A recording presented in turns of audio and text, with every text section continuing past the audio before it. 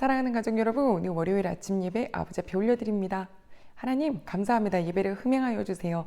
예수님의 이름으로 기도드립니다. 아멘.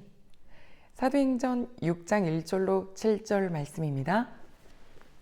그때 제자가 더 많아졌는데 헬라파 유대인들이 자기의 과부들이 매일의 구제에 빠짐으로 히브리파 사람을 원망하니 12사도가 모든 제자를 불러 이르되 우리가 하나님의 말씀을 제쳐놓고 접대를 일삼는 것이 마땅하지 아니하니 형제들아 너희 가운데서 성령과 지혜가 충만하여 칭찬받는 사람 7을 택하라. 우리가 이 일을 그들에게 맡기고 우리는 오로지 기도하는 일과 말씀 사역에 힘쓰리라 하니 온 무리가 이 말을 기뻐하여 믿음과 성령에 충만한 사람 스데반과 또 빌립과 브로고로와 니가노르와 디몬과 밤에 나와 유대교에 입교했던 안디옥 사람 니골라를 택하여 사도들 앞에 세우니 사도들이 기도하고 그들에게 안수하니라.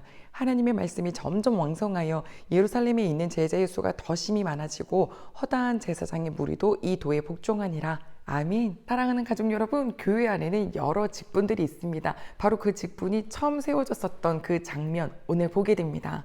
밖에서 봤을 때 왕성하게 커져갔던 교회, 그런데 그 안에는 허점들도 생기기 시작했습니다. 많은 사람들이 자기의 것을 가지고 팔아서 와서 그거를 어려운 사람들을 나눠줘서 가난한 사람들이 없었다라고 표현할 정도였죠. 그런데 이걸 누군가 나눠줘야 되잖아요. 나눠주다 보니까 이게 손이 안 가는 사람들도 생긴 거예요. 너무 많아져서. 1절에 그러죠. 제자가 더 많아졌는데. 그런데 누구한테 손이 잘 못 미쳤냐면 헬라파 유대인들의 과부들에게요. 헬라파 히브리파가 있습니다. 유대인인데 그냥 우리나라에 태어나서 계속 이 지역에 살았던 사람들이 바로 히브리파 유대인이고요. 디아스포라, 주변 많은 국가들에 흩어져서 살았던 그 유대인들을 또 헬라파 유대인이라고도 불렀습니다. 근데 그들 중에 과부들이 못 받는 사람들이 많아지는 거예요. 보니까 매일의 구제라고 나왔습니다. 구제가 딱 1년에 한 번 주고 끝나면야 뭐 쉽죠. 하지만 매일매일 챙긴다는 거 쉽지 않잖아요. 그러니까 원망이 생겼어요. 가족 여러분, 교회도요, 안에서 일을 하다 보면 원망 생겨요. 섭섭함 생깁니다. 그럼 어떻게 해요? 그거 접을까요? 아니에요. 어떻게 해결하면 되는지 오늘 보게 됩니다. 제자들, 그러니까 사도들이죠. 사도들이 이거를 눈치챘어요. 그래서 사람들을 쫙 불러 모읍니다. 제자들을 다 모았다라고 하죠. 아마 우리가 생각하는 이 평신도 성도님들을 이때는 모두가 다 제자라고 불렀던 것 같아요. 그리고 이렇게 이야기를 합니다. 우리가 사도들이 하나님의 말씀을 제쳐놓고 접대를 일삼는 것이 마땅하지 않다. 이 나눠주는 것을 사도들이 대부분 다 했던 거예요. 근데 그러다 보니까 정작 해야 할 말씀 사역은 못하고 계속 나눠주는 일을 하는데 또 거기에 구멍이 생기죠. 그러니까 어떻게 하느냐. 형제들아 너희가 택해라. 7명을. 그러면 지금 이 나눠주는 이 일들을 그들에게 맡기겠다라고 했습니다. 근사하지요? 맞아요. 정말 이 역할들을 맡겨가는 거예요. 그러면서 어떤 사람을 택하라고 했냐면 성령이 충만한 사람, 지혜가 충만한 사람, 그리고 칭찬받는 사람이라고 했습니다. 성령 충만은요, 성령님이 지혜의 영이시기 때문에 지혜도 충만해야 돼요. 이게 건강한 성령 충만이라면요, 우리는 자칫하면 막 열정 있는 약간 이런 것만 보고서 성령 충만이라고 할지 모르는데 아닙니다. 겸손, 온유, 정말 절제, 오래 참음, 이 모든 것들이 삶의 지혜로 발현되는 거잖아요. 그런데 이거는 숨겨지지 않습니다. 그래서 사람들이 알아요. 그러니까 저 사람은 됐어. 저 사람은 아우 이렇게 칭찬. 그러니까 지금 사도들이 어떤 기준을 세웠냐면 학력, 인맥, 재력 이런 거 전혀 아닙니다. 성령 충만한가? 그리고 그가 하는 모든 많은 삶의 방식이 지혜가 충만한가? 그래서 사람들에게 저 사람이면 너무 좋아요. 왜 이런 경우가 있잖아요. 저 사람은 기도는 진짜 많이 하는데 입만 열면 우리 너무 상처 줘요. 막 이런 경우도 있거든요. 그럼 지혜롭지가 못하다는 거예요. 그러면 또 성령 충만한데 성령 충만한 거 맞나 싶을 수 있죠.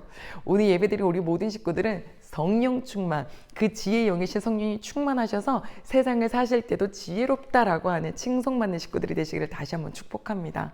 이거를 누구 보고 택해라 그러냐면 함께 있는 이 성도들이 택하라고 했어요. 그렇죠? 함께 옆에서 보는 거예요. 그래서 그들이 7명을 기쁜 마음으로 택합니다. 그리고 사도들 앞에 딱 데려오니까 사도들이 안수했죠. 그리고 그 7명의 어쩌면 초대 집사, 어쩌면 초대 장로격이라고 보는데 이분들이 이제 그 접대하고 교회 전체를 살피는 일들을 하게 됩니다. 그럼 사도들은 무엇을 할까요? 오늘 말씀 보니까 우리는 오로지 기도하는 일과 말씀 사역에 힘쓰리라. 아멘. 사도들은 오직 기도와 말씀만 하겠대요. 좋으세요? 기쁘세요? 그럼요. 만약에 이 사도들이 지금처럼 앞선 것처럼 다른 일에만 동분서주예요. 바빠요. 시간은 너무 없어요. 그런데 그러다 보니까 기도 못하고 말씀을 못 본다고 생각해 보세요. 그럼 누구 손해예요? 교회 손해예요. 성도님들 손해예요. 이거는 하나님께서 이들에게 주신 직무 6인 거예요. 그렇죠? 하나님께서는 계속 말씀을 너희는 모든 자들에게 세례를 베풀고 내가 너희에게 가르쳐 분부한 것을 다 또 가르쳐라. 그래서 그것을 지키도록 해라. 그 역할을 해야 되는데 분주하다 보니 못했더니 그 일을 또 맡아서 하는 역할자들이 생겼어요. 교회 안에 그런 질서가 있는 겁니다. 그러니까 목사님도 그러니까 저한테 하는 얘기인 거예요. 오로지 기도와 말씀 사역에 충성을 다해야 돼요. 그럼요. 밖에서 볼 때는 어쩌면 아무것도 안 움직이는 것처럼 볼 수 있거든요. 아닙니다. 그래야 성도를 계속 먹이죠. 그러니까 마지막에 7절에 그러잖아요. 하나님의 말씀이 왕성해지고 흥왕해지고 그리고 또 막 제자의 수는 점점점 많아지고 거기에는 막 제사장들도 들어왔다라고 했죠. 가족 여러분, 교회마다 세워주신 하나님의 역할들이 있어요. 그 역할이 다 협력하여서 하나님의 교회를 이루어가는 거더라고요. 그래서 내게 맡겨주신 역할 무엇인가 생각하고 이거는 사람이 세운 거 아니고 하나님께서. 또 교회 일 하다 보면 원망, 섭섭함 들 수 있지만 그게 본질은 아니잖아요. 그쵸? 이게 진짜 본질적인 부분이냐 아니면 비본질이냐 그러면 그냥 이것도 어떻게 해결하면 좋을지 지혜 주세요 라고 하고서 잘 헤쳐가면 되거든요. 근데 그걸 가지고 막 뻥튀기처럼 막 키워갖고 막 문제를 만드는 경우들도 있어요. 굉장히 지혜롭지 못한 거죠. 하나님의 영이 충만한 사람은 소란스럽게 하지 않습니다. 오히려 일을 어떻게 할고 주님 알려주세요 해서 이렇게 아름답게 그 다음 스텝으로 오히려 더 전진이 이루어지는 것을 보게 됩니다. 그 지혜도 충만하게 해주실 주님을 찬양합니다.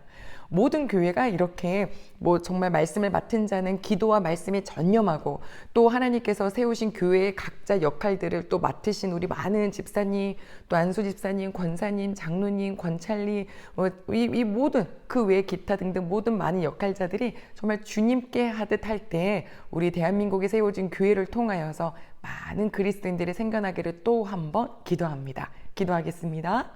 하나님 아버지 감사를 드립니다. 하나님 아버지 교회가 처음 세워질 때의 내홍을 또 받습니다. 하지만 그것도 근사하게 아버지께서 이끌어 주셨어요. 질서를 세우시네요. 오늘도 내게 맡겨주신 역할, 우리 각자에게 주신 역할 기쁨으로 하나님 하겠습니다. 지혜와 성령에 충만하여 어딜 가든 사람들에게 칭찬받는 우리 귀한 식구들 되도록 이끌어 주세요. 감사드리며 예수님의 이름으로 기도드립니다. 아멘.